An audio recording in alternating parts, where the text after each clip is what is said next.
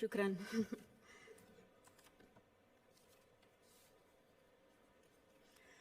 Good morning, Your Highness, Excellencies, friends and colleagues. I would like to thank you for the opportunity to be here today. It's also an honor to join forces with Educated Child, an organization led by a woman who is an amazing role model, a woman who has shown such relentless dedication to getting every child in school. This is such an exciting day for us because it marks the beginning of a new era in my home country, Colombia.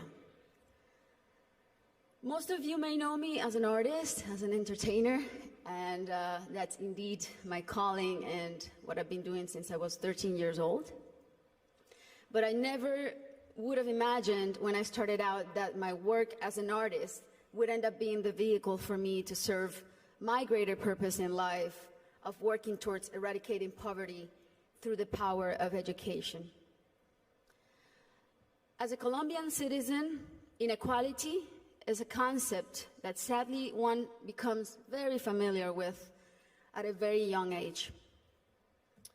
It's a country like many others in Latin America where a few have a lot have almost nothing, and where if you're born poor, you will almost certainly die poor, and where people don't access equal opportunities.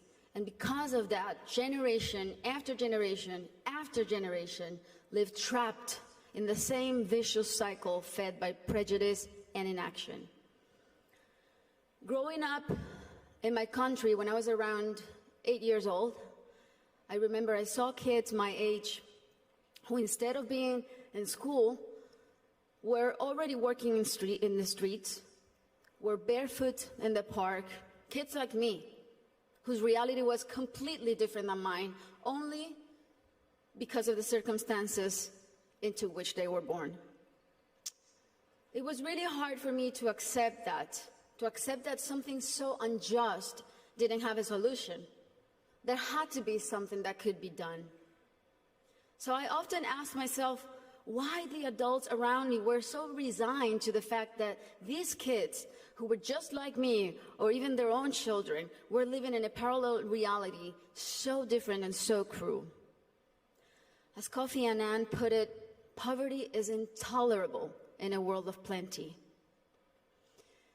So as soon as I had some success, the first thing I wanted to do was to invest as many resources as I could into what later would become the most meaningful project of my life, working for children. So I set out to find a team of people who dream big and worked hard and thought like me to help me right the wrongs that I had witnessed throughout my entire childhood. And that's when our foundation, the Barefoot Foundation, Pies Descalzos Foundation, was born. I knew, and I was only 18 years old then, but I knew that I wanted to focus on children and improving their lives, but I didn't know where to start. So I really felt that I needed to learn what the roots of inequality and low social mobility were. So I decided to study the reasons why children were working in the streets, or why some children were being recruited by the violent organizations like the paramilitary or the guerrillas. Why were so many children suffering from chronic malnutrition? And I realized that most of the issues that children face in my country had and have a common denominator: the lack of access to quality education. To me, it became crystal clear that education was the surest way to give all of these kids the best fighting chance of improving their circumstances in life, because education is the great equalizer. When I started building schools in Colombia, we chose the most remote areas where there was literally nothing, no infrastructure, no paved roads, no electricity, no potable water. And we decided to build in those places, but not only build schools, but state-of-the-art schools schools with comprehensive models that included ECD programs, school feeding programs, parent and teacher training. And another very important part is we decided to engage the government as a strategic partner and made it nearly impossible for them to say no to doing their part by showing them results through our holistic model that really proved to work.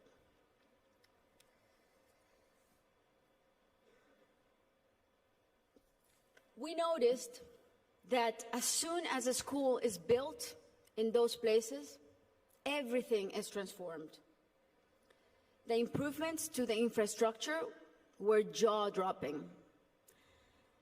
Electricity, potable water were made available, made accessible. Roads were paved. Malnutrition plummeted. But the best part of all is the academic results. The kids really responded academically. And now those kids who could have been recruited by the guerrillas or paramilitaries, or that could have had a completely different outcomes for their lives, they're now on their way to the university and thriving in their communities. Some of them are athletes, some of them are professionals.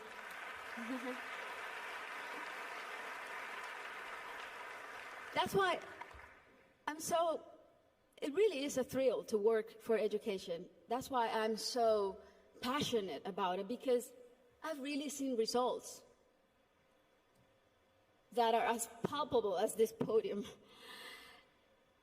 And seeing all these success stories that have a name and a last name has been one of the most rewarding things I've done in my lifetime, even more so than winning Grammys, I think. Now,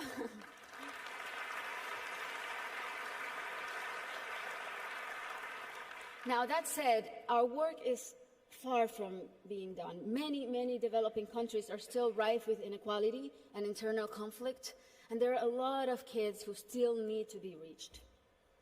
History is not only the past. History, it's made every day in the present.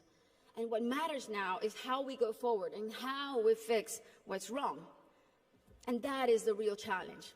This is the goal of the SDGs and what people like Her Highness and myself and so many more of you who are adamant about achieving are here for.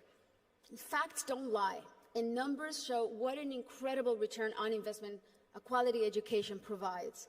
For instance, if all students in low-income countries left primary school with basic reading skills, 171 million people could be lifted out of poverty. Systemic change often begins from the bottom up rather than the top down.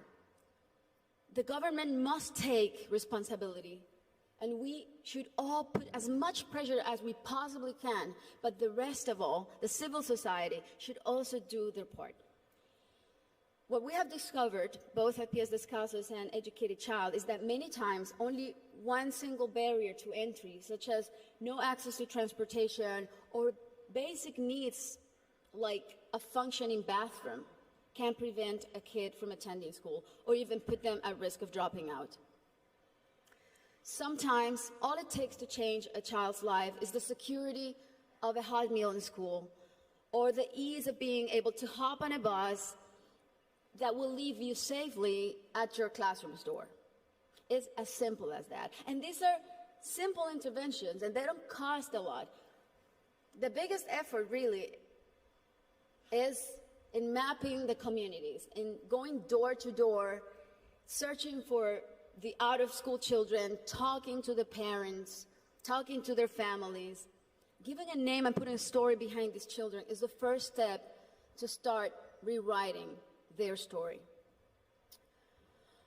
Over the next 3 years, we pledge to get 54,000 kids who are out of school or at risk of dropout into the educational system. Ultimately, more than 295,000 people will benefit from this project, including children, teachers, families, and community members. New schools and classrooms will be built. School kits and uniforms will be distributed. Children will be enrolled in school, feeding and transportation programs. Teachers will be trained in strategies and in how to identify those students who are at risk so they can receive psychosocial support. And we are extremely confident that this partnership is only the beginning and will be the model to replicate throughout my country until not a single child is out of school. This is our responsibility. Thank you. This is our responsibility to our children and our debt to fulfill for the generations to come. Thank you very much.